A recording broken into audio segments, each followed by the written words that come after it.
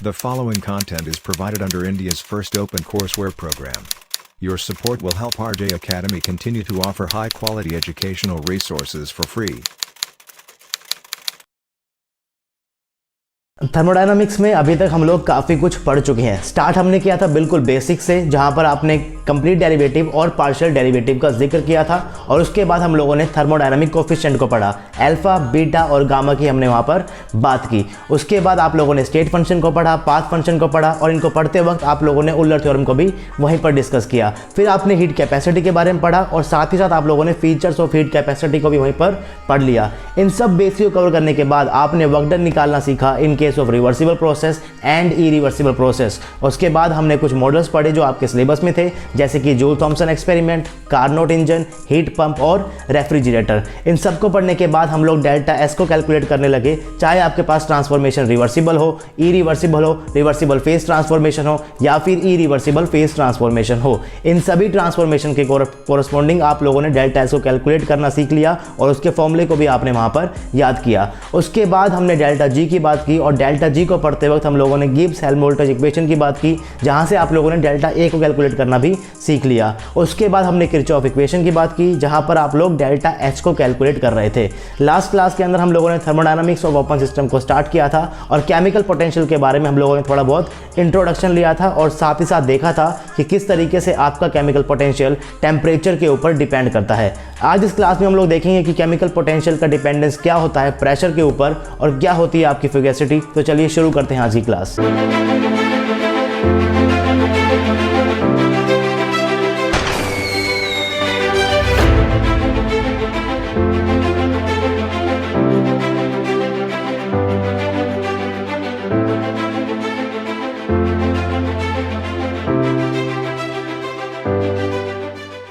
Hey guys, this is RJ and welcome to RJ Academy. So this is lecture number 32 of thermodynamics. अभी तक हम लोग काफ़ी कुछ पढ़ चुके हैं। अगर आप लोगों ने इस कोर्स को स्टार्टिंग से फॉलो नहीं किया है तो मैं रिकमेंड करूंगा कि आप थर्मोडायनामिक्स को बिल्कुल स्टार्टिंग से पढ़िए, ताकि आपको सब कुछ चीज़ें समझ में आने लगे। अगर आपने अभी तक प्रीवियस लेक्चर्स नहीं देखे हैं तो आपको ज़्यादा कुछ नहीं करना है, आपको सिर्फ और सिर्फ RJ अकेडमी के यूट्यूब चैनल के ऊपर जाना है। वहाँ पर आपको थर्मोडायनामिक्स की अलग से प्लेलिस्ट मिल जाएगी, जहाँ से आप लोग थर्मोडायनामिक्स को स्टार्टिंग से फॉलो कर सकते हो। अगर आपको कोई और चैप्टर पढ़ना है तो वो भी आपको वहाँ पर एज ए सेपरेट प्लेलिस्ट मिल जाएगी, जहाँ से आप लोग किसी भी चैप्टर को बिल्कुल स्टार्टिंग से स्टार्ट कर सकते हो। बात करते हैं कि लास्ट क्लास में हम लोगों ने क्या पढ़ा। लास्ट क्लास के अंदर हम लोगों ने केमिकल पोटेंशियल का इंट्रोडक्शन देखा था, और उसके बाद उसकी डिपेंडेंस देखी थी टेम्परेचर के ऊपर, और उसके बाद del mu upon del TP के रिलेशन के हिसाब से हम लोगों ने ग्राफ को प्लॉट किया, और उस ग्राफ के बेसिस के ऊपर आपने कुछ क्वेश्चंस देखे थे जो CSIR नेट के अंदर और गेट एग्जाम के अंदर आपसे पूछे गए हैं अभी तक। उसके बाद मैंने आपको एक क्वेश्चन दिया था एज ए होमवर्क, और मैंने कहा था उस क्वेश्चन को कर देखिएगा।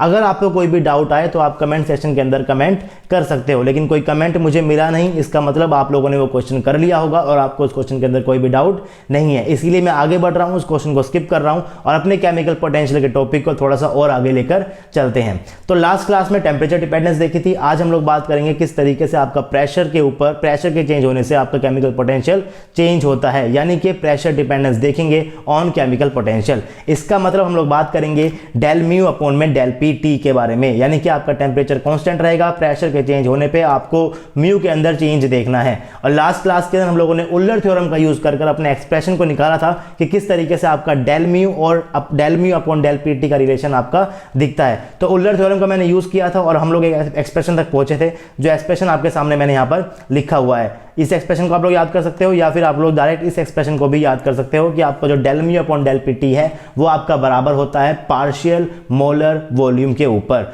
यानी कि del mu upon del p t क्या हो जाएगा, आपका वी आई बार हो जाएगा। और ये वी आई बार आपका क्या है, partial molar volume of ith component है। उसके बाद मैंने कहा था कि हमको इसको पढ़ना है सॉलिड केस के अंदर भी, लिक्विड केस के अंदर भी और गैस के केस के अंदर भी। गैस के बारे में जब पढ़ेंगे तो आइडल गैस की भी बात करेंगे और वंडरवॉल गैस की भी बात करेंगे। और वंडरवॉल गैस के बारे में जब आप लोग del mu upon del p t को देखोगे तो वहां पर आपका एक नया कंसेप्ट आएगा फ्यूगेसिटी का, जिसके ऊपर काफी ज्यादा क्वेश्चंस आते हैं CSIR नेट के अंदर भी और गेट के अंदर भी। एक नया टॉपिक आपके सामने आएगा फ्यूगेसिटी, एक नया कंसेप्ट आएगा, और उसकी थ्योरी आपको जरूर पढ़नी है, क्योंकि थ्योरी बेस्ड क्वेश्चन ही आपको पूछ जाएंगे एग्जाम के अंदर। तो अगर आपको फ्यूगेसिटी को अच्छे से समझना है तो आपको वंडरवॉल गैस के लिए केमिकल पोटेंशियल का डिपेंडेंस टेम्परेचर के ऊपर अच्छे से समझ में आना चाहिए। और गैस को समझने से पहले आपको सॉलिड और लिक्विड के बारे में पता होना चाहिए। इसका मतलब ये पूरे वीडियो आपको देखना पड़ेगा, वीडियो को बिल्कुल भी स्किप मत कीजिएगा गाइस, पूरी वीडियो को देखिएगा, उसके बाद ही समझ पाओगे आप लोग कि आखिर फ्यूगेसिटी आपकी क्या होती है। और वो समझना बहुत इंपॉर्टेंट है क्योंकि एग्जाम के अंदर वहाँ से क्वेश्चंस आए भी हुए हैं और आगे भी आते रहेंगे। तो लास्ट क्लास में एक्सप्रेशन मैंने निकाल दिया था और मैंने यहीं पर अपनी क्लास को छोड़ा था और कहा था कि हम लोग पढ़ेंगे इस चीज़ को सॉलिड और लिक्विड के लिए भी, गैस के लिए भी, और गैस के अंदर रियल गैस के लिए भी और वंडरवॉल गैस के लिए भी। बिल्कुल यहीं पर ही मैंने अपने लास्ट लेक्चर को छोड़ा था और यहीं से हम लोग आज कंटिन्यू करेंगे। तो एक्सप्रेशन का यूज़ करते हैं और उसके बाद निकालते हैं कि आपका जो डेल म्यू अपॉन में डेल पी टी है इक्वल टू आपका जो वी आई बार है, इसको आप लोग सॉलिड के लिए, लिक्विड के लिए कैसे अपने एक्सप्रेशन को डिड्यूस कर सकते हो। तो मैंने यहाँ पर ज़्यादा कुछ नहीं किया, अपने डेल पी को उठा के मैंने कहाँ कर दिया, इधर वी आई के साथ मैंने मल्टीप्लाई कर दिया है। तो मल्टीप्लाई करने के बाद आपके पास एक्सप्रेशन आ जाएगा del mu i equal to v i bar into में डेल पी। अब इस तरीके के एक्सप्रेशन को सॉल्व करने के लिए आप लोग इंटीग्रेशन का यूज़ करते हो। जब भी आपके पास कोई छोटा छोटा चेंज दिया है तो छोटे चेंज का क्या लगा देते हो आप लोग, इंटीग्रेशन लगा देते हो, उसके बाद आप लोग अपने एक्सप्रेशन को डिड्यूस कर देते हो। अब यहाँ पर आपके पास जो है टेम्परेचर जो है वो वेरिएबल है, डेल पी मतलब क्या है, आपका प्रेशर जो है वो वेरिएबल है। अगर मैं बात करता हूं सॉलिड की और लिक्विड की, तो प्रेशर के चेंज होने पे आपका वॉल्यूम के अंदर ज़्यादा चेंज नहीं होता इन case of solids and liquid. तो सॉलिड और लिक्विड के केस के अंदर आप लोग प्रेशर के चेंज होने पे वॉल्यूम के चेंज नहीं होने की वजह से वॉल्यूम को प्रेशर इंडिपेंडेंट बोल सकते हो। और अगर आपका वॉल्यूम प्रेशर इंडिपेंडेंट हो गया तो जब आप यहाँ पर इंटीग्रेशन लगाओगे तो आप इस मोलर वॉल्यूम को जो है उठाकर यहाँ से बाहर ले जा सकते हो, क्योंकि ये जो वॉल्यूम है वो प्रेशर के चेंज होने पर ज़्यादा चेंज नहीं हो रहा है।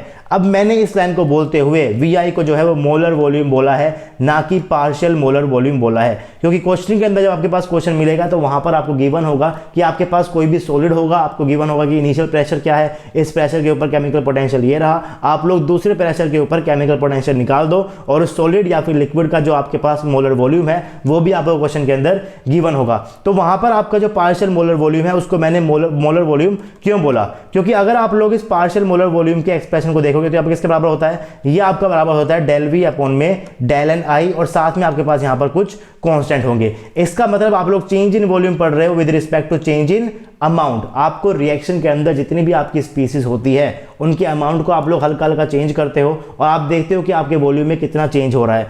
तो सॉलिड और लिक्विड के केस के अंदर अमाउंट को चेंज करने से आपके वॉल्यूम के अंदर सिग्निफिकेंटली चेंज नहीं होता। उस केस में आप लोग क्या कर सकते हो, आप del we upon del n i को आप लोग डायरेक्टली क्या बोल सकते हो, वी अपॉन में एन आई बोल सकते हो, और इसको आप लोग क्या बोलते हो, मोलर वॉल्यूम बोलते हो।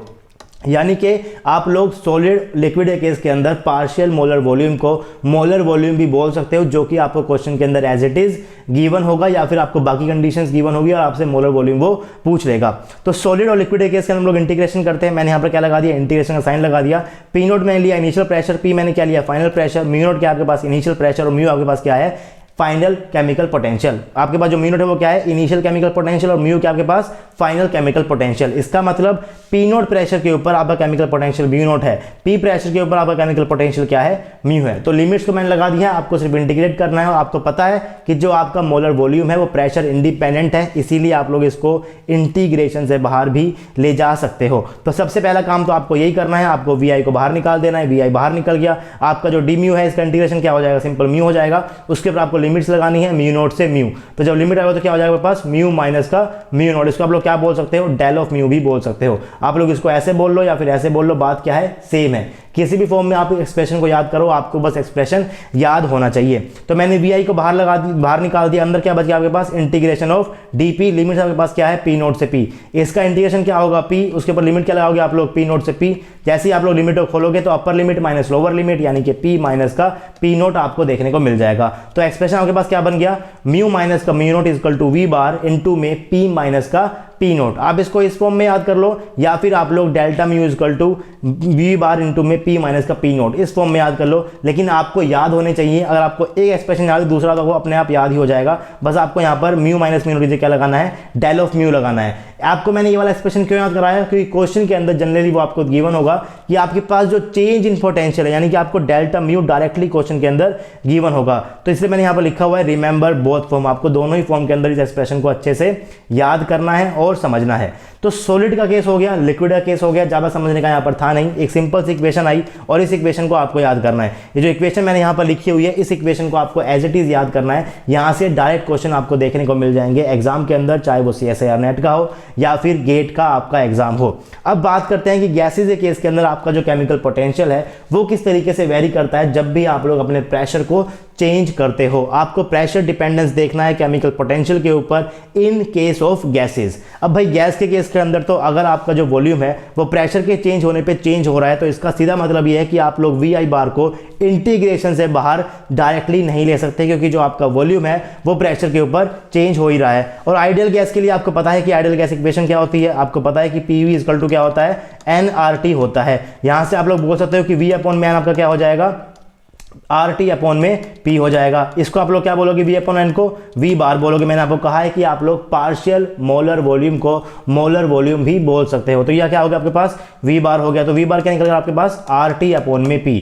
इसका मतलब जो आपका मोलर वॉल्यूम है वो प्रेशर के ऊपर डिपेंड हो रहा है, और अगर वो डिपेंड हो रहा है तो आप लोग उसे इंटीग्रेशन से बाहर नहीं लेकर जाओगे, बल्कि आप लोग क्या करोगे, अपने VI की जगह इस वैल्यू को पुट कर दोगे, जो कि क्या निकल कर आए आपके पास, RT/P निकल कर आई। तो सबसे पहले मैंने क्या किया है, अपने VI की जगह क्या लिख दिया, RT/P इंटू में DP था, लिमिट्स आपके पास वही है। P नोट प्रेशर के ऊपर आपके पास केमिकल पोटेंशियल क्या है, म्यू नोट है, और P प्रेशर के ऊपर आपके पास केमिकल पोटेंशियल क्या है, म्यू है। तो लिमिट्स आपने सेट कर दी है, अब आपको सिर्फ और सिर्फ इंटीग्रेशन करना है। तो डेल म्यू का आपके पास इंटीग्रेशन क्या हो जाएगा, सीधा सीधा म्यू आई माइनस का म्यू आई नोट। ये क्या आपके पास अपर लिमिट, ये क्या आपके पास लोअर लिमिट। सिंपल है, राइट जो आपके पास लेफ्ट हैंड साइड का इंटीग्रेशन सेम है जैसा आपके पहले केस में था। यहाँ पर आपके पास क्या हो गया, R क्या है, कॉन्स्टेंट है, टेम्परेचर क्या है, कॉन्स्टेंट लेकर चलते हो, क्योंकि एक पर्टिकुलर टेम्परेचर के ऊपर ही आप लोग रिएक्शन को यहाँ पर देख रहे हो। अब आपका जो प्रेशर है, यानी कि प्रेशर आपका अंदर रह जाएगा, और RT को आप लोग बाहर निकाल सकते हो। तो अंदर क्या बच गया, 1/P इंटू में DP। अब इसका इंटीग्रेशन क्या होगा, आपको पता है कि इंटीग्रेशन ऑफ 1/x इंटू में ds क्या होता है आपके पास, ln(x) होता है। सेम उसी तरीके से 1/P इंटू में DP का इंटीग्रेशन आप लोग करोगे तो आपके पास ln(P) निकल कर आएगा। ये सिंपल सा इंटीग्रेशन आपको याद करना है, एंड आई होप कि आपको इंटीग्रेशन आता भी होगा। अगर आप लोगों के पास बायो थी 12th क्लास तक, या फिर BSc के अंदर भी आप लोगों ने बायो पढ़ी है, तब भी आपको इंटीग्रेशन और डिफरेंशिएशन देखकर बिल्कुल भी नहीं घबराना है, क्योंकि आपको इसके रिजल्ट डायरेक्टली याद करने हैं। और दूसरी बात, आप लोगों को x⁻n dx का और 1/x dx का इंटीग्रेशन तो याद आपको होना ही चाहिए। इसके अलावा जितने भी कॉम्प्लेक्स इंटीग्रेशन आपके पास हैं, चाहे वो थर्मो के अंदर हो, चाहे वो क्वांटम के अंदर हो, चाहे वो मोलिकुलर स्पेक्ट्रोस्कोपी के अंदर हो, चाहे वो ऑर्गेनिक स्पेक्ट्रोस्कोपी के अंदर हो, या फिर वो कहीं भी हो,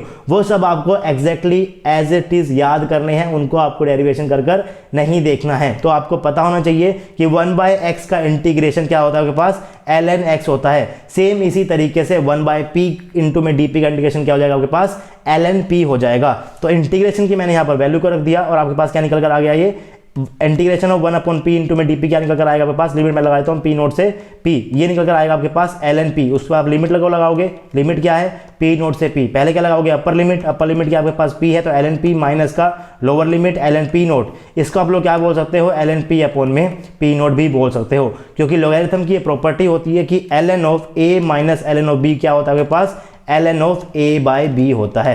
तो मैंने यहाँ पर लॉगरिथम की प्रॉपर्टी का यूज किया है, सिंपल सा बेसिक इंटीग्रेशन किया है, और आप अपने एक्सप्रेशन तक पहुंच गए हो। क्या एक्सप्रेशन आपके पास आ गया, μi equal to μi naught plus RT ln P/P नोट। और इस एक्सप्रेशन के ऊपर डायरेक्टली आपको क्वेश्चन देखने को मिल जाएगा। इसका मतलब क्या है कि अगर आपको एक प्रेशर के ऊपर केमिकल पोटेंशियल गिवन है, तो आप लोग दूसरे प्रेशर के ऊपर केमिकल पोटेंशियल को निकाल सकते हो, अगर आपको टेम्परेचर गिवन होगा तो, जो कि आपको क्वेश्चन के अंदर गिवन होगा ही होगा, अगर इस एक्सप्रेशन से आपको क्वेश्चन गिवन होगा तो। अब यहाँ पर समझने वाली बात जो ये है, मैं यहाँ पर बात कर रहा हूँ कि जो आपके पास लोअर लिमिट निकल कर आई है उसको मैं P नोट ले रहा हूँ, अपर लिमिट को मैं क्या ले रहा हूँ, P ले रहा हूँ। ऊपर वाले एक्सप्रेशन को मैं इस तरीके से भी लिख सकता हूँ, आप लोग यहाँ पर इनिशियल लिमिट क्या ले सकते हो, इनिशियल लिमिट को आप लोग P नोट की जगह P1 भी बोल सकते हो, आप लोग वहाँ पर P की जगह P2 भी बोल सकते हो, क्योंकि कुछ बुक्स के अंदर यहाँ पर P1 P2 के साथ रिलेशन लिया हुआ है। तो आप लोग किसी भी फॉर्म में याद करो, आपको सिर्फ और सिर्फ फॉर्मूला याद होना चाहिए। तो मैंने क्या किया है, मैंने अपने इस फॉर्म के अंदर इतने इक्वेशन को याद कर लिया कि जो आपका μ2 है वो आपका बराबर हो गया μ1 प्लस RT ln P2/P1। अगर आपको एक प्रेशर के ऊपर केमिकल पोटेंशियल गिवन है तो दूसरे प्रेशर के ऊपर केमिकल पोटेंशियल निकाला जा सकता है अगर आपको टेम्परेचर गिवन होगा। लेकिन अगर आपको इनिशियल प्रेशर स्टैंडर्ड प्रेशर दे दिया, यानी कि आपको इनिशियल प्रेशर 1 बार दे दिया, तो उसके कोरस्पॉन्डिंग जो आपके पास केमिकल पोटेंशियल होगा उसको आप लोग क्या बोलते हो, स्टैंडर्ड केमिकल पोटेंशियल बोलते हो। Now if P naught equal to 1 bar then mu naught will be the pressure independent. जो आपका म्यू नोट है वो प्रेशर के ऊपर इंडिपेंडेंट नहीं रहेगा, क्योंकि जो आपका स्टैंडर्ड पोटेंशियल होता है वो तो आपका किसी भी स्पीशीज के लिए, किसी भी गैस के लिए आपका वो स्टैंडर्ड ही रहेगा। इसका मतलब आप लोगों ने इनिशियल प्रेशर को सिर्फ और सिर्फ 1 बार ले लिया। जैसे ही आप लोग इस पूरे एक्सप्रेशन के अंदर, ऊपर वाले एक्सप्रेशन के अंदर आप लोग P1 को 1 बार रखोगे, P1 को 1 बार रखोगे और अपने म्यू1 को क्या लिख दोगे, म्यू नोट लिख दोगे, जो कि आपका क्या होता है, कांस्टेंट होता है किसी भी गैस के लिए अगर आप लोग स्टैंडर्ड प्रेशर के ऊपर निकाल रहे हो। तो जैसे ही आप लोग यहाँ पर P1 को 1 लिखोगे तो आपको पता है कि ln1 क्या होता है, आपके पास 0 होता है। तो एक्सप्रेशन आपका बन जाएगा mu i equal to mu i naught plus RT ln P, क्योंकि जो नीचे का P नोट था उसको आपने क्या ले लिया है, 1 बार ले लिया है, और ln1 क्या होता है, आपके पास 0 होता है। तो ये आपके पास एक्सप्रेशन बन जाएगा। अगर आप लोग इस एक्सप्रेशन को याद कर रहे हो तो ध्यान रखिएगा, इस एक्सप्रेशन के अंदर जो आपका ये म्यू आई नोट है ये आपका सिर्फ और सिर्फ टेम्परेचर के ऊपर डिपेंड कर रहा है, ये प्रेशर के ऊपर डिपेंड नहीं कर रहा है, क्योंकि म्यू नोट आपने लिया है P नोट के ऊपर। ये एक स्टैंडर्ड केमिकल पोटेंशियल है, इसका मतलब जो आपका म्यू नोट है कांस्टेंट प्रेशर के ऊपर, P नोट इक्वल टू 1 बार के ऊपर है। अब ये प्रेशर के ऊपर आपका वेरी नहीं कर रहा है, अब ये सिर्फ और सिर्फ टेम्परेचर के ऊपर डिपेंड कर रहा है। लेकिन जो आपके पास यहाँ पर म्यू आई है, ये आपका म्यू आई टेम्परेचर के ऊपर भी डिपेंड करेगा और प्रेशर के ऊपर भी डिपेंड करेगा। इस वाले म्यू आई नोट से किस पे डिपेंड कर रहा है, टेम्परेचर के ऊपर डिपेंड कर रहा है, और इस वाले एक्सप्रेशन किसके ऊपर डिपेंड कर रहा है, ये प्रेशर के ऊपर डिपेंड कर रहा है। यानी कि जो बात आपको याद रखनी है वो ये रखनी है कि अगर आपको इस तरीके की फॉर्म दी हो, केमिकल पोटेंशियल और प्रेशर के बीच का जो रिलेशन है वो आपको इस फॉर्म का दिया हो, तो आपको खुद से अंडरस्टूड होना चाहिए कि आपका जो P नोट है वो आपके पास यहाँ पर 1 बार है, और अगर आपने P नोट को 1 बार ले लिया, स्टैंडर्ड प्रेशर ले लिया, तो उसके कोरस्पॉन्डिंग जो पोटेंशियल होता है उसको आप लोग स्टैंडर्ड केमिकल पोटेंशियल बोलते हो। उसको आप लोग कैसे करते हो, म्यू आई नोट से उसको डिनोट करते हो। और स्टैंडर्ड केमिकल पोटेंशियल सिर्फ और सिर्फ टेम्परेचर के ऊपर डिपेंड करता है, क्योंकि प्रेशर आपने यहाँ पर क्या ले लिया है, कांस्टेंट ले लिया है। तो जो आपका म्यू आई है ये आपका टेम्परेचर पर भी डिपेंड करेगा, प्रेशर पर भी डिपेंड करेगा, लेकिन जो म्यू आई नोट है ये सिर्फ और सिर्फ टेम्परेचर के ऊपर ही डिपेंड करेगा। ये जो म्यू आई है इसके हिसाब से टेम्परेचर के ऊपर कर रहा है, और इसके हिसाब से किसके ऊपर कर रहा है, प्रेशर के ऊपर कर रहा है। तो mu I is a function of temperature and pressure, but mu i note is a function of only temperature. ये सिर्फ और सिर्फ टेम्परेचर के साथ ही वेरी करेगा। ये चीज मैंने आपको इतने फोकस करके क्यों बताई है, क्योंकि इसके ऊपर क्वेश्चन आ चुका है। क्वेश्चन आपके सामने क्या आया था, क्वेश्चन मैं यहाँ पर पढ़ देता हूं। ये क्वेश्चन आपके पास आया था CSIR नेट जून 2011 में। क्वेश्चन क्या था, the chemical potential of one component 1 in a solution of binary mixture is mu i equal to mu i naught plus RT ln P। इस एक्सप्रेशन को देखते ही आपको समझ जाना है कि इसने जो इनिशियल प्रेशर है उसको क्या ले लिया है, स्टैंडर्ड ले लिया है, यानी कि 1 बार ले लिया है। यानी कि आपका जो P नोट है वो आपके पास क्या है, 1 बार है। अगर आप लोगों ने प्रेशर को स्टैंडर्ड कर दिया तो उसके कॉरेस्पॉन्डिंग जो केमिकल पोटेंशियल है उसको आप लोग स्टैंडर्ड केमिकल पोटेंशियल बोलते हो। और स्टैंडर्ड केमिकल पोटेंशियल आपका प्रेशर पे डिपेंड कैसे करेगा, क्योंकि आपने उसको 1 बार के ऊपर ले लिया है। तो इसका मतलब अगर आप लोग बात करोगे म्यू नोट की तो वो आपका सिर्फ और सिर्फ टेम्परेचर के ऊपर डिपेंड करता है। अगर आप लोग बात करोगे म्यू 1 की तो वो आपके पास किसी पर डिपेंड करेगा, वो टेम्परेचर के ऊपर भी डिपेंड करेगा और आपका प्रेशर के ऊपर भी डिपेंड करेगा। सिर्फ इतनी ही बात के ऊपर आपका क्वेश्चन था। क्वेश्चन क्या था, the chemical potential of component 1 in a solution of binary mixture is mu one equal to mu one naught plus RT ln P, where P1 is the partial pressure of component 1 vapor pressure. The standard state mu I naught is independent of pressure and temperature, depends on temperature or pressure both, depends on temperature only and depends on pressure only। 4 marks का question था। मैंने आपको बताया था last class में कि chemical potential का अगर क्वेश्चन आपको देखने को मिलेगा एग्जाम के अंदर तो वो 2 मार्क्स के अंदर नहीं पूछता है, वो 4 मार्क्स के अंदर ही पूछता है। और इस क्वेश्चन को आप लोग विद इन 10 सेकंड्स कर सकते हो कि जो आपका म्यू नोट है, जो आपका म्यू1 नोट है, ये सिर्फ और सिर्फ आपका टेम्परेचर के ऊपर डिपेंड करेगा और ऑप्शन सी यहाँ पर आपका सही हो जाएगा। तो 4 मार्क्स इस इन 10 सेकंड्स आपके लिए बहुत मायने रखेंगे एग्जाम के अंदर, क्योंकि आपका टाइम भी बच रहा है और इस टाइम को आप लोग बाकी क्वेश्चंस के अंदर यूज कर सकते हो, स्पेशली पार्ट ए के अंदर आप लोग यूज कर सकते हो, क्योंकि जनरली बच्चों के पास पार्ट ए को करने का टाइम नहीं बचता है। पार्ट सी के अंदर और पार्ट बी में वो इतना टाइम लगा देते हैं कि पार्ट ए के क्वेश्चंस को नहीं करते हैं, जबकि पार्ट ए के क्वेश्चंस भी आपके पास काफी इजी आते हैं, बट थोड़ा सा टाइम उसमें लगता है, सोचने में टाइम लगता है कि किस तरीके से आपको इन क्वेश्चन को करना है। तो एप्टीट्यूड की तैयारी भी हम लोग यहाँ पर करेंगे, लेकिन अभी बात करते हैं अपने केमिकल पोटेंशियल की। तो ये क्वेश्चन मैंने आपको दिखाया, CSIR नेट जून 2011 के अंदर से आया था। सिर्फ और सिर्फ आपसे ये पूछा था कि जो आपका म्यू नॉट है वो टेम्परेचर पे डिपेंड करता है या फिर आपका प्रेशर के ऊपर डिपेंड करता है। तो ये हमने बात की अभी आइडियल गैस की। अब इंपॉर्टेंट क्या है आपको कि आपको वंडर वॉल गैस के लिए पढ़ना है, यानी कि रियल गैस के लिए पढ़ना है कि जो आपका केमिकल पोटेंशियल है वो प्रेशर के ऊपर किस तरीके से वेरी कर रहा है। उसको समझने के लिए मैं आपको थोड़ी बहुत चीज़ समझाता हूँ कि किस तरीके से आप लोग केमिस्ट्री के अंदर अपने एक्सपेरिमेंट के अंदर अपनी थ्योरीज को बनाते हो, उस थ्योरी के बाद आप लोग क्या करते हो, कैसे आपकी वो थ्योरी अप्रूव होती है। तो उसके समझने के लिए मैं आपको बताऊंगा। सबसे पहले क्या होता है कि आप लोग कुछ अजम्पशंस लेते हो कि यार आपके पास जो मॉलिक्यूल्स हैं वो स्पेयर मॉलिक्यूल हैं, उनके बीच में कोई भी इंटरेक्शन नहीं है। उसके बाद आप लोग थ्योरी को बनाते बनाते पहुंचते पहुंचते आप लोग एक एक्सप्रेशन तक पहुंचते हो। उस एक्सप्रेशन के बेस के ऊपर आप लोग क्या बनाते हो, ग्राफ को प्लॉट करते हो, और फिर अपने क्या करते हो, फिर आप लोग एक्सपेरिमेंट करोगे और एक्सपेरिमेंट करते हुए आप लोग उसी ग्राफ को प्लॉट करोगे। अगर आपका एक्सपेरिमेंटल ग्राफ आपके थ्योरी से बने हुए ग्राफ के साथ मैच कर गया, इसका मतलब आपकी थ्योरी क्या है, सक्सेसफुल है। आपने एक अजम्पशन ली, अजम्पशन के बेस के ऊपर आपने थ्योरी को एक्सप्लेन किया, एक्सप्लेन करने के बाद आप लोग एक एक्सप्रेशन तक पहुंचे। उस एक्सप्रेशन का यूज कर आप लोगों ने एक थ्योरेटिकल ग्राफ बना लिया। उसके बाद आपने साइड बेस एक्सपेरिमेंटल ग्राफ बनाया, आपने एक्सपेरिमेंट किया, आपने वहां पर एक्सपेरिमेंटल ग्राफ बनाया। अगर आपका एक्सपेरिमेंटल ग्राफ आपकी थ्योरी वाले ग्राफ से मैच कर गया तो आपकी थ्योरी पास हो जाती है। याद रखिए, थ्योरी को एक्सप्लेन करते वक्त आपको जिन टर्मिनोलॉजी का यूज करना है वो आपकी थोड़ी बहुत सेंस रखनी चाहिए। आपकी अगर जो थ्योरी की जो एक्सप्लेनेशन है उसके अंदर सेंस है, उसके बाद एक्सप्रेशन बनाया, एक्सप्रेशन का ग्राफ बनाया, और जो एक्सपेरिमेंट से ग्राफ आया अगर वो सब कुछ सेम हो गया तो आपकी थ्योरी सक्सेसफुल मानी जाती है। इसका मतलब जो आपके पास अभी अभी एक्सप्रेशन निकल कर आया था, mu equal to mu naught plus RT ln P, आपने पहले क्या किया होगा, आपने इसके बेस के ऊपर ग्राफ बनाया होगा। किसके बीच में, म्यू और P के बीच में आपने ग्राफ बनाया होगा। उसके बाद आप लोगों ने लैब के अंदर एक प्रेशर के ऊपर केमिकल पोटेंशियल देखा होगा, फिर प्रेशर को चेंज किया होगा, केमिकल पोटेंशियल देखा होगा, फिर प्रेशर को चेंज किया होगा, केमिकल पोटेंशियल देखा होगा, और फिर आपने उससे ग्राफ बनाया होगा। अगर आपका ग्राफ मैच कर गया तो आपकी थ्योरी क्या हो जाती है, पास हो जाती है। तो बात करते हैं कि इस एक्सप्रेशन से आपका ग्राफ कुछ किस टाइप का आएगा। अगर मैं ग्राफ बनाता हूं म्यू और ln P के बीच में, म्यू और ln P के बीच में, तो एक स्ट्रेट लाइन इक्वेशन बन गई किस टाइप की, y is equal to c plus mx। ये c क्या आपके पास कांस्टेंट हो जाता है, m क्या होता है स्लोप, और x आपके पास क्या है दूसरा वेरिएबल, y क्या है पहला वेरिएबल। तो अगर आप लोग y और x के बीच में ग्राफ बनाते हो तो वो एक स्ट्रेट लाइन आएगा जिसका स्लोप आपका m के बराबर होगा। तो ग्राफ जो है वो आपका कुछ इस तरीके का आएगा। मैंने क्या लिया हुआ है, y एक्सिस में मैंने म्यू लिया हुआ है, x में मैंने क्या लिया हुआ है, ln P लिया हुआ है। ग्राफ आपके पास कैसा आ गया, कुछ स्ट्रेट लाइन का ग्राफ आ गया। लेकिन अगर आप लोग म्यू और p का ग्राफ बनाओगे तो म्यू और p जो है वो आपस में जो रिलेटेड है उसके बीच में क्या फंक्शन आपके पास, लॉगरिथमिक फंक्शन है। तो लॉगरिथमिक फंक्शन का जो ग्राफ होता है वो कुछ इस तरीके का आता है। जो म्यू और p का ग्राफ आएगा वो आपको कुछ इस तरीके का देखने को मिलेगा। तो म्यू और p का आप लोगों ने ग्राफ बनाया होगा कुछ इस तरीके से इस एक्सप्रेशन का यूज करके।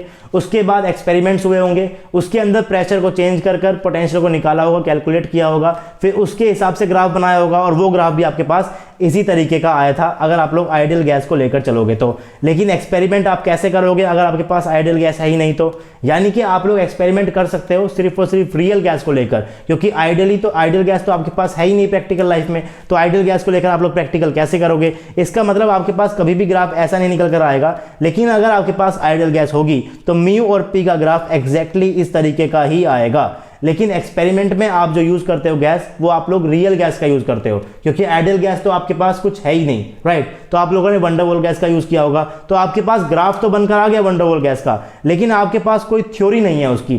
थ्योरी क्यों नहीं है, क्योंकि जब हम लोगों ने आइडियल गैस के केस के अंदर बात किया था तो मैंने वहां पर क्या किया था, आइडियल गैस की डेरिवेशन करते वक्त आप लोगों ने अपने VI को क्या लिख दिया था, RT अपॉन में P लिख दिया था फॉर आइडियल गैस, क्योंकि आपके पास क्या थी, एक आइडियल गैस इक्वेशन थी। तो ये आपके पास आइडियल गैस इक्वेशन है। सेम उस तरीके से आपके पास वंडर वॉल गैस के लिए भी इक्वेशन है। आपकी इक्वेशन क्या है, P plus AN square upon में V स्क्वायर इंटू में V माइनस का NB इक्वल टू nRT। ये आपके पास वंडर वॉल गैस इक्वेशन है। अगर इस वंडर वॉल गैस इक्वेशन का यूज कर आप लोग अपने VI को लिख सको तो उसको लिखने के बाद आप लोग इस फॉर्मूले के अंदर वैल्यू को पुट करोगे और अपने एक्सप्रेशन को आराम से कैलकुलेट कर लोगे। लेकिन वंडर वॉल गैस इक्वेशन का यूज कर वॉल्यूम को डिफाइन करना बहुत मुश्किल है। आप लोग प्रैक्टिस करके देखिएगा कि किस तरीके से आप लोग P plus AN square upon में V स्क्वायर से इंटू में V माइनस का NB is equal to nRT में आपको दे देता हूं, और आपको V इज इक्वल टू बताना है कि आपका V आपका किसके बराबर है। आप लोग कभी भी V को डिफाइन ही नहीं कर पाओगे, बहुत कॉम्प्लेक्स इक्वेशन बन जाएगी। इन द एंड तो आप कर ही पाओगे,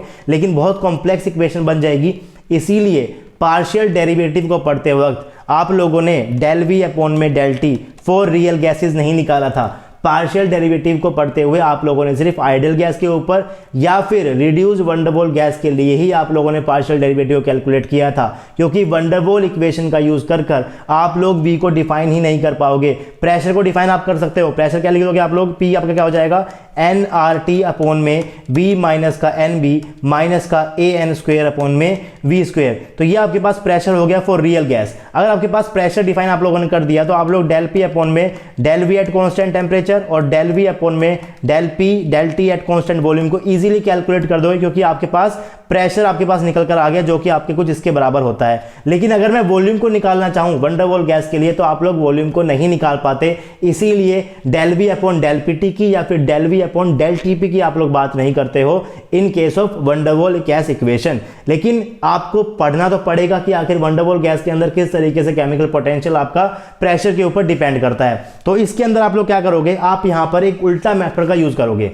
आपने आइडियल गैस के लिए क्या किया, आपके पास इक्वेशन थी, आपने वहां से वॉल्यूम निकाला, अपने इंटीग्रेशन के अंदर पुट किया, आपका एक्सप्रेशन आ गया, एक्सप्रेशन से आपने क्या बना दिया, ग्राफ बना दिया।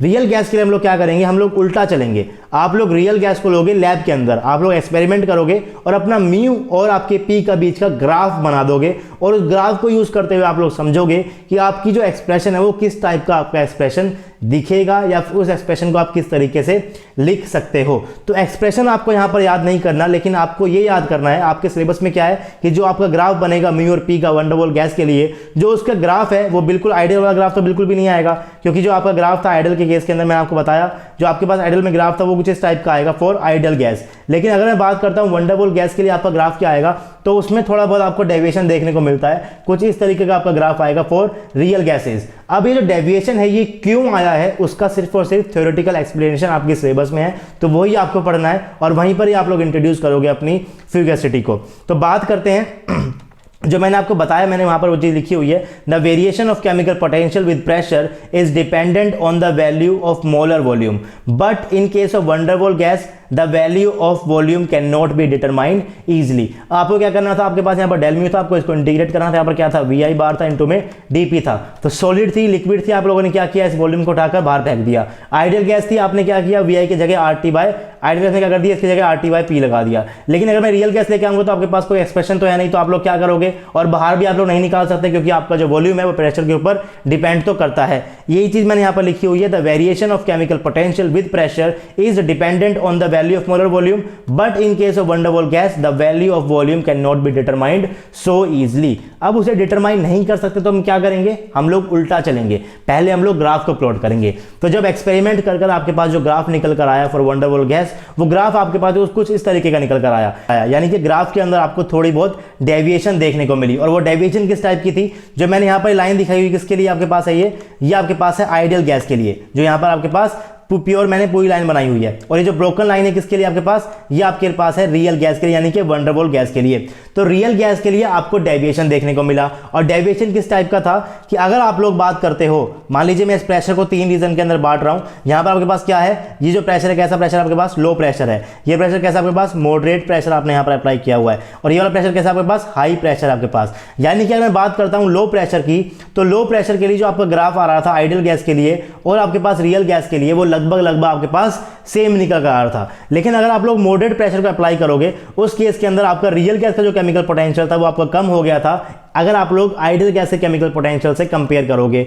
और जब आप लोग हाई प्रेशर को लगाओगे तो हाई प्रेशर के केस के अंदर जो आपका केमिकल पोटेंशियल है वो ज्यादा हो जाता है अगर आप लोग आइडियल गैस से उसे कंपेयर करोगे तो। यानी कि ग्राफ से आपको समझ में आ रहा है कि अगर आपका लो प्रेशर रीजन है उस केस के अंदर केमिकल पोटेंशियल आइडियल गैस का और van der Waals गैस का लगभग सेम तरीके से वेरी कर रहा है। जैसे ही आपका जो प्रेशर है वो मॉडरेट प्रेशर होगा, उस केस के अंदर जो आपका म्यू रियल है वो आपका कम होगा म्यू आइडियल से। कब होगा ये कम, जब आपको प्रेशर कैसा होगा, यहाँ पर मॉडरेट प्रेशर आप लोगों ने यहाँ पर अप्लाई किया होगा। जैसे ही आप लोग हाई प्रेशर को अप्लाई करोगे, उस केस के अंदर जो आपका म्यू रियल है वो आपका ज्यादा हो जाता है म्यू आइडल से। अब इस ग्राफ को आपको समझना है। अगर आपको इस ग्राफ को थ्योरेटिकली आप लोगों ने समझ लिया और वही आपके सिलेबस में, आपको सिर्फ इस ग्राफ का थ्योरेटिकल एक्सप्लेनेशन समझना है और उसको जो समझ लिया आप लोगों ने, तो आपको फिगर सेट या कंसेप्ट आपको अच्छे से समझ में आ जाएगा।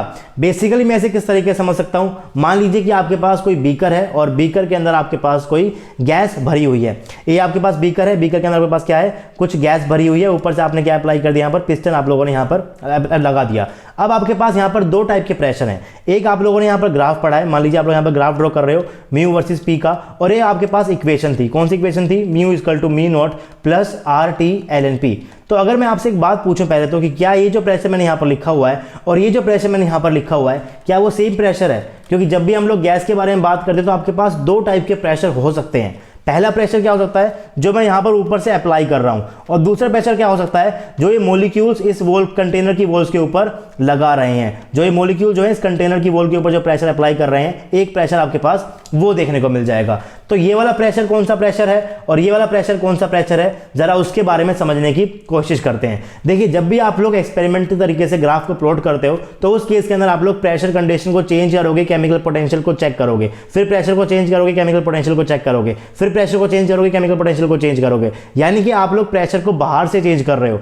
यानी कि ये वाला प्रेशर जो आप ग्राफ पे ड्रॉ करते हो, कौन सा प्रेशर है, ये आपके पास एक्सटर्नल प्रेशर है, जो आप लोग बाहर से अप्लाई कर रहे हो, जो आप लोग बाहर से अप्लाई कर रहे हो। अब बात करते हैं कि जो एक्सप्रेशन आप लोगों ने डिड्यूस किया था, इस केस के लिए आप लोगों ने क्या किया था, वी आई को लिखा था आर टी अपॉन में पी। यानी कि ये आपका किसका प्रेशर था, ये आपका वॉल्यूम ऑफ गैस था। ये किसका वॉल्यूम था, वॉल्यूम ऑफ गैस था। अगर ये आपके पास वॉल्यूम ऑफ गैस है तो ये कौन सा प्रेशर होगा आपके पास, प्रेशर ऑफ गैस होगा। और प्रेशर को हम लोग, गैस के प्रेशर को कैसे निकालते हैं कि किसी भी गैस के मॉलिक्यूल्स कंटेनर के ऊपर कितना प्रेशर अप्लाई कर रहे हैं, वही आपका क्या होता है, प्रेशर होता है इन केस ऑफ आइडियल गैस। क्योंकि आइडियल गैस के अंदर आप लोग मानकर चलते हो, आपकी एजम्पशन होती है कि मॉलिक्यूल्स के बीच में कोई भी प्रेशर नहीं है, जितना भी प्रेशर है वो सारा कंटेनर की वॉल के ऊपर लग रहा है। अगर मैं आइडियल गैस को लेकर चलता हूं और मैं बोलता हूं कि आपके पास इस बीकर के अंदर जो है वो आइडियल गैस भरी हुई है, तो ये आइडियल गैस है, ये इस वॉल के ऊपर कितना प्रेशर लगा रही है, ये इस गैस का क्या होता है, इंटरनल प्रेशर होता है। अगर मैं ऊपर से एक्सटर्नल प्रेशर को अप्लाई करूंगा और मैं इस वॉल्यूम को श्रिंक कर दूंगा और आपका जो गैस है वो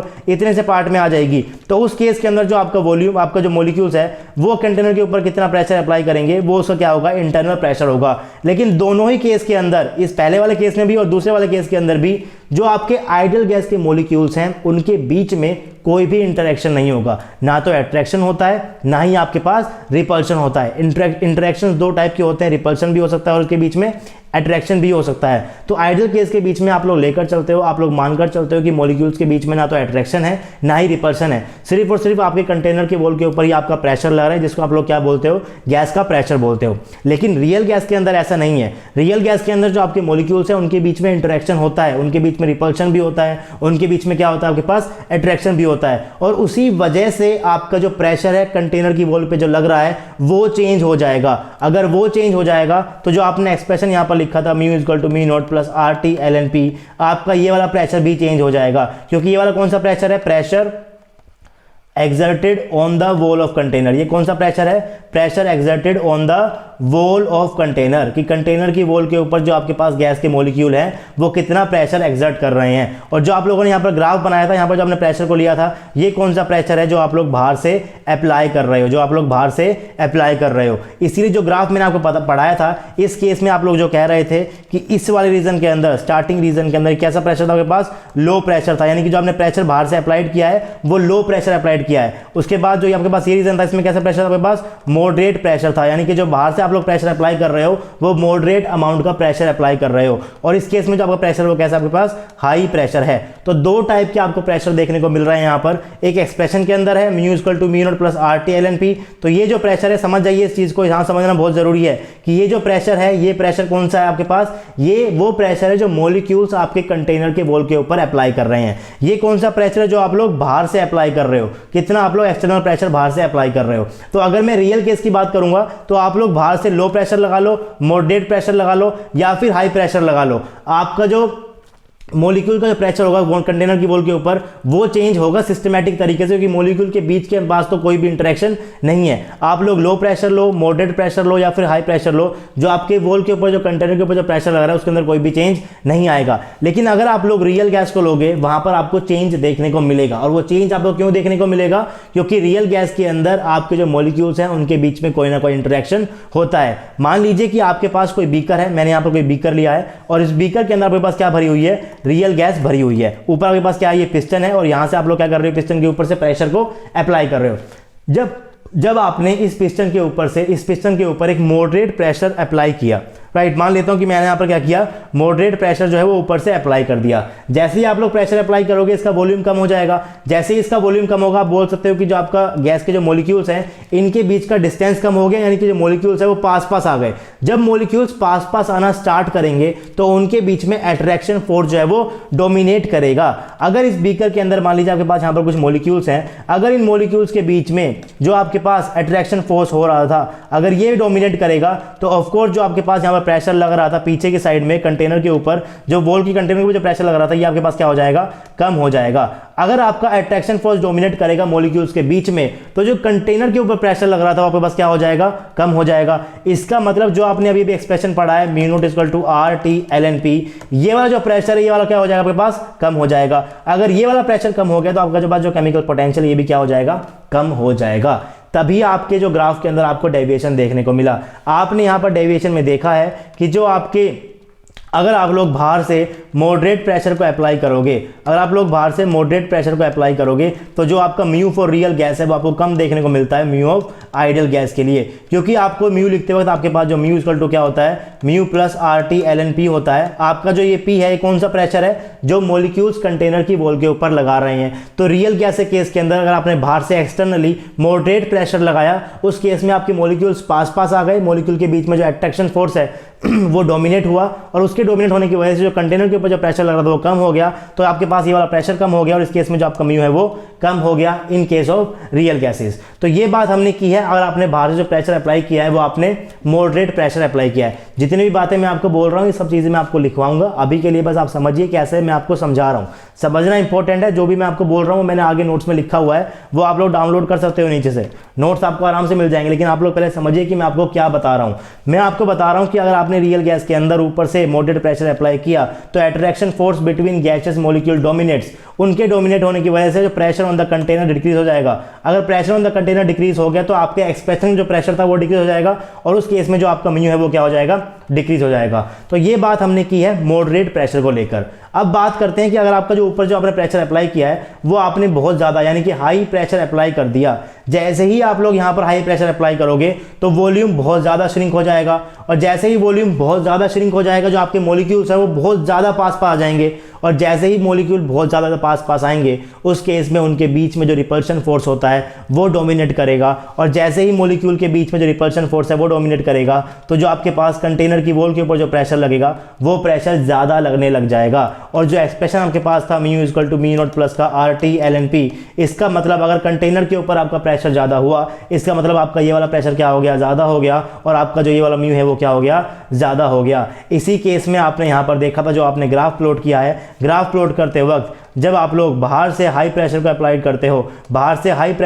करते हो, ये जो प्रेशर है कौन सा प्रेशर जो आप लोग बाहर से अप्लाई कर रहे हो, जब आपने इस प्रेशर को हाई अप्लाई किया उस केस के अंदर जो आपका म्यू था रियल गैस के लिए वो क्या हो जाता है? ज्यादा हो जाता है। एक्सप्लेन आपने किस तरीके से किया? आपने बोला कि अगर आप लोग ऊपर से हाई प्रेशर लगा रहे हो तो मॉलिक्यूल्स आपके बहुत ज्यादा पास पास आ गए हैं। अगर मॉलिक्यूल बहुत ज्यादा पास पास आ गए हैं तो उनके बीच का रिपल्शन फोर्स डोमिनेट कर रहा है। अगर उनके बीच का रिपल्शन फोर्स डोमिनेट करेगा तो आपके कंटेनर के वॉल के ऊपर ज्यादा प्रेशर हो जाएगा और कंटेनर के वॉल के ऊपर कितना प्रेशर होता है उसी प्रेशर को आप लोग एक्सप्रेशन के अंदर लेते हो। एक्सप्रेशन के अंदर आपका P जो है वो बढ़ गया तो आपका म्यू भी बढ़ जाएगा। तो आप लोग समझ गए हो कि मॉडरेट के केस के अंदर आपका जो म्यू रियल है वो कम क्यों है और हाई प्रेशर रीजन के अंदर जो आपका म्यू रियल है वो आपके पास ज्यादा क्यों है। अब बात करते हैं लो प्रेशर रीजन की, क्योंकि लो प्रेशर रीजन के अंदर जो आपके पास म्यू रियल है वो अप्रोक्सीमेटली आपका सेम होता है जो आपके पास म्यू आइडियल होता है और वो होना भी चाहिए था क्योंकि आप लोग पढ़ते हुए आए हो, जब से आप लोगों ने आइडियल गैस इक्वेशन को पढ़ा है, आपने कहा था कि अगर आपका प्रेशर कम रहेगा तो आपकी रियल गैस आइडियली ही बिहेव करती है। आप लोग इस चीज़ को बोलते हुए आए हो क्लास 12 से कि अगर आपका प्रेशर बहुत कम होता है तो आपकी जो रियल गैस है वो आइडियल ही बिहेव करती है। अगर वो आइडियल ही बिहेव करेगी तो जो आपके पास म्यू आइडियल के अंदर निकल कर आएगा वही म्यू आपका रियल गैस के लिए निकल कर आएगा। तो जो ग्राफ मैंने आपको यहाँ पर बताया था, जो डेविएशन आपके पास था रियल गैस के केस के अंदर, उसको आपने समझ लिया है कि लो प्रेशर के अंदर सेम क्यों है, मॉडरेट प्रेशर के अंदर आपका जो म्यू रियल है वो कम क्यों है, और हाई प्रेशर के अंदर जो आपका म्यू रियल है वो ज़्यादा क्यों है। तो जितनी भी बातें मैंने आपको बताई है वो सभी बातें मैंने यहाँ पर एक सिस्टमैटिक वे के अंदर लिखी हुई है। एक बार मैं आपको वो पढ़ देता हूँ। तो कैसे मैंने यहाँ पर लिखा हुआ है लो प्रेशर रीजन के अंदर, at low pressure real gas actually behaves like ideal gas, so at low pressure region the value of chemical potential is nearly same for both ideal gas and wonder Waals gas. तो ये बातें मैंने जो आपको बताई है वो मैंने आपको समझा दी। अब जितनी बातें मैंने आपको समझाई है उसको मैंने यहाँ पर एक सिस्टमैटिक वे के अंदर लिखा हुआ है। मैंने आपको पहले बताया था कि वंडर वॉल गैस इक्वेशन के लिए आप लोग वॉल्यूम को डिराइव नहीं कर सकते। So firstly we plot the graph corresponding to chemical potential versus pressure for van der Waals gas and study the deviation. The plot of mu versus pressure for ideal gas and van der Waals gas may be shown as, ये मैंने यहाँ पर graph बनाया हुआ है। Broking line से क्या दिखाया आपको मैंने, रियल गैस के लिए दिखाया है, और जो मैंने यहाँ पर कंप्लीट लाइन बनाई हुई है किसके लिए है, ये आपकी आइडियल गैस के लिए है। आप लोगों का ग्राफ आपका तैयार हो गया। उसके बाद से आप कैसे पढ़ते हो, आप कहते हो at higher pressure the scaled pressure. अब मैं इसे कौन सा प्रेशर बोलूंगा, स्केल्ड प्रेशर बोलूंगा। ये स्केल्ड प्रेशर कौन सा प्रेशर है, जो आपके मॉलिक्यूल्स कंटेनर के ऊपर लगा रहे हैं। वो प्रेशर आइडियल गैस के केस के अंदर सेम रहा जब आपने बाहर से अप्लाई किया, हाई, लो या मॉडरेट, लेकिन रियल गैस के केस के अंदर आपका जो कंटेनर के ऊपर मॉलिक्यूल प्रेशर लगा रहे थे वो चेंज हो रहा था, और जो वो चेंज हो रहा है प्रेशर उसको मैंने क्या बोल दिया, स्केल्ड प्रेशर बोल दिया। और स्केल्ड प्रेशर को ही आपने एक नई टर्म दे दी, आपने उसे फ्यूगैसिटी बोल दिया। इसी कंसेप्ट से फ्यूगैसिटी का इंट्रोडक्शन हुआ था कि आखिर फ्यूगैसिटी क्या होती है। तो वंडर वॉल गैस के केस के अंदर अगर आप लोग बाहर से एक्सटर्नली प्रेशर को चेंज करोगे, लो प्रेशर लगाओगे, मॉडरेट लगाओगे या हाई लगाओगे, तो आपके वॉल के ऊपर जो कंटेनर प्रेशर, आपके जो कंटेनर की वॉल के ऊपर जो आपके मॉलिक्यूल प्रेशर लगाते हैं वो चेंज हो जाता है। उसी को आप लोग क्या बोलते हो, स्केल्ड प्रेशर बोलते हो, जिसको आपने एक नई टर्म दे दी, फ्यूगैसिटी। तो मैंने यहाँ पर क्या लिखा हुआ है, at high pressure the scaled pressure for van der Waals gas is higher than pressure corresponding to the ideal gas, and at moderate pressure range the scaled pressure for van der Waals gas is smaller than pressure corresponding to ideal gas. ऐसा क्यों होता है, because at moderate pressure the molecule of van der Waals gas attract each other and does not exert higher pressure on the container, and thus chemical potential decreases, and at higher pressure region molecules of van der Waals gas comes so closer that they start repelling each other and exert high pressure on the container than the pressure corresponding to ideal gas. समझा मैं आपको चुका हूँ, ये चीज़ मैंने यहाँ पर लिखी हुई है। उसके बाद मैंने यहाँ पर लिखा हुआ है this scaled pressure corresponding to van der Waals gas is known as fugacity. और आप कहते हो जैसे जैसे आपका प्रेशर बढ़ता है वैसे वैसे आपकी फ्यूगैसिटी बढ़ती जाती है। इसका मतलब फ्यूगैसिटी डायरेक्टली प्रोपोर्शनल हो गई प्रेशर के। और ये वाला आपका कौन सा प्रेशर है जो आप लोग बाहर से अप्लाई कर रहे हो, या फिर ये कौन सा प्रेशर जो आप लोग कंटेनर की वॉल के ऊपर लगा रहे हो, ये चीज़ आपको सोचनी है। ये कौन सा प्रेशर है आप मुझे कमेंट बॉक्स में कमेंट कीजिएगा। आपके पास यहाँ पर दो चॉइसेस है। पहली चॉइस क्या, जो आप लोग बाहर से अप्लाई कर रहे हो, दूसरी चॉइस क्या, जो आपकी गैसेस मॉलिक्यूल कंटेनर के ऊपर लगा रहे हैं। लेकिन मैं आपको बोल रहा हूँ कि जो आपकी फ्यूगैसिटी है वो डायरेक्टली प्रोपोर्शनल है प्रेशर के, और आप लोग इस प्रोपोर्शनल कांस्टेंट बढ़ाने के लिए क्या लगा देते हो, यहाँ पर गामा को इंट्रोड्यूस कर देते हो। जो आपका फ्यूगैसिटी बन जाएगा, क्या बन जाएगा, fugacity is equal to gamma into में पी, और ये जो गामा है वो क्या हो जाएगा आपके पास, F अपॉन में P। इस कांस्टेंट से रिलेटेड भी क्वेश्चन आपके पास एग्जाम के अंदर आए हुए हैं, और जो मैंने आपको भी ग्राफ बताया है इस ग्राफ के ऊपर भी क्वेश्चन आपके पास आए हुए हैं। क्वेश्चन किस टाइप के आते हैं उसके लिए आपको समझना पड़ेगा कि ये ग्राफ को आप किस किस तरीके से रीड कर सकते हो। आप कह रहे हो कि जो आपका प्रेशर है, कैसा प्रेशर है, ये P एक्सटर्नल है जो आप लोग बाहर से अप्लाई कर रहे हो। जो आपके पास एक्सप्रेशन था mu equal to mu naught plus r t l n p, इस एक्सप्रेशन के अंदर जो आपके पास यहाँ पर ये प्रेशर लिखा हुआ है, ये कौन सा प्रेशर है, जो गैसेस मॉलिक्यूल वॉल के ऊपर आपके पास एक्सर्ट कर रहे हैं। ये प्रेशर कौन सा प्रेशर है, जो गैसेस मॉलिक्यूल कंटेनर की वॉल के ऊपर एक्सर्ट कर रहे हैं, और ये वो प्रेशर है जो बाहर से आप लोग एक्सटर्नली अप्लाई कर रहे हो। तो अगर आप लोगों ने एक्सटर्नली अप्लाई करते हुए बाहर से लो प्रेशर लगाया तो आपका जो ग्राफ आया था म्यू वर्सेस पी का आइडियल गैस के लिए और आपका रियल गैस के लिए लगभग सेम आया था। लेकिन जब आप लोग मॉडरेट रीजन के अंदर प्रेशर को अप्लाई करोगे तो उस केस के अंदर जो आपका स्केल्ड प्रेशर था, यानी कि जो आपकी फ्यूगैसिटी थी वो आपकी कम थी, किससे, आपके प्रेशर जो आपका आइडियल गैस के लिए था। अगर आपका एफ पी से छोटा होगा तो आपका गामा क्या हो जाएगा, 1 से छोटा हो जाएगा। और हाई प्रेशर रीजन के अंदर क्या बोल सकते हो आप लोग, जो आपकी फ्यूगेसिटी थी वो आपकी पी से बड़ी थी और जो आपका गामा है वो 1 से बड़ा हो जाएगा। आप बोल सकते हो कि हाई प्रेशर के अंदर आपके यहाँ पर रिपल्सिव इंटरेक्शन डोमिनेट करते हैं और यहाँ पर आपके अट्रैक्शन इंटरेक्शन डोमिनेट करते हैं। तो इस ग्राफ को आप लोग इस तरीके से समझ सकते हो। इस ग्राफ के ऊपर क्वेश्चन आया हुआ है कि आपके गामा की वैल्यू क्या होती है जब आप लोग हाई प्रेशर अप्लाई करते हो, आपके गामा की वैल्यू क्या होगी जब आप लोग लो प्रेशर अप्लाई करोगे। गामा की वैल्यू अगर बात करोगे लो प्रेशर पे तो क्या हो जाएगा आपके पास, गामा इक्वल टू 1 ही हो जाएगा। और लो प्रेशर के ऊपर आप लोग फ्यूगेसिटी की बात करते ही नहीं हो, सिर्फ मॉडरेट प्रेशर और हाई प्रेशर के केस के अंदर आप लोग फ्यूगेसिटी की बात करोगे, क्योंकि वहीं पर आपकी जो गामा है कोई वैल्यू देगा। इस केस में तो आपका गामा क्या हो जाता है, 1 हो जाता है। अगर आपका गामा 1 हो गया तो फ्यूगेसिटी क्या होता है, आपका प्रेशर के बराबर हो जाती है। तो इस केस में आप लोग फ्यूगेसिटी की बात नहीं करते हो, आप लोग मॉडरेट प्रेशर रीजन के अंदर और हाई प्रेशर रीजन के अंदर फ्यूगेसिटी की बात करते हो। तो बहुत इंपॉर्टेंट कंसेप्ट है फ्यूगेसिटी। यहाँ से क्वेश्चन आए हुए हैं प्रीवियस ईयर के अंदर। नेक्स्ट क्लास के अंदर मैं आपको क्वेश्चन भी कराऊंगा कौन कौन से क्वेश्चन आपके पास आए हुए हैं और किस टाइप के क्वेश्चन आपके पास यहाँ से आ सकते हैं। तो कुछ छोटी मोटी बातें बची हुई है थर्मोडायनामिक्स के अंदर, उसको भी हम नेक्स्ट 2-3 लेक्चर के अंदर कवर कर देंगे। और आपको वर्क डन निकालना भी आना चाहिए इन case of one double gas, तो उसकी भी मैं आपको अलग से लेक्चर्स दे दूंगा थर्मोडायनामिक्स के। तो बहुत कम पार्ट बचा हुआ है, बॉम्ब कैलोरीमेट्री बचा हुआ है, एडियाबैटिक फ्लेम एक्सप्रेशन बचा हुआ है, तो उसको भी हम लोग पढ़ेंगे। 2-3 लेक्चर्स बचे हुए हैं। आज हम लोगों ने पढ़ा है फ्यूगेसिटी। इससे रिलेटेड जो भी क्वेश्चंस आप लोग कर देखिएगा, बाकी कुछ क्वेश्चंस मैं आपको नेक्स्ट क्लास के अंदर भी करवा दूंगा। अगर आपको आज का लेक्चर पसंद आया, आपको आज का लेक्चर समझ आया, तो प्लीज़ वीडियो को लाइक कर दीजिए। अगर आप लोग नए हो मेरे चैनल के ऊपर तो आरजे एकेडमी के चैनल को सब्सक्राइब कर लीजिए और सब्सक्राइब करते हुए घंटी को जरूर दबाइएगा ताकि आपके पास नोटिफिकेशन आ जाए जब भी मैं यहाँ पर कोई नया लेक्चर अपलोड करूँ। अगर आपको मेरा काम अच्छा लगता है तो आप लोग आरजे एकेडमी को फाइनेंशियली सपोर्ट भी कर सकते हो। आप लोग हमें फ़ोन पे कर सकते हो, गूगल पे कर सकते हो और पेटीएम कर सकते हो। Any amount is appreciable guys. अगर आप लोग हमें सपोर्ट करोगे तो आपके सपोर्ट की हेल्प से हम लोग आपके लिए नए नए कोर्सेज लाते रहेंगे एकदम फ्री ऑफ कॉस्ट। आपसे मिलेंगे नेक्स्ट क्लास में, तब तक के लिए पढ़ते रहिए, पढ़ाते रहिए और खुश रहिए। Thank you.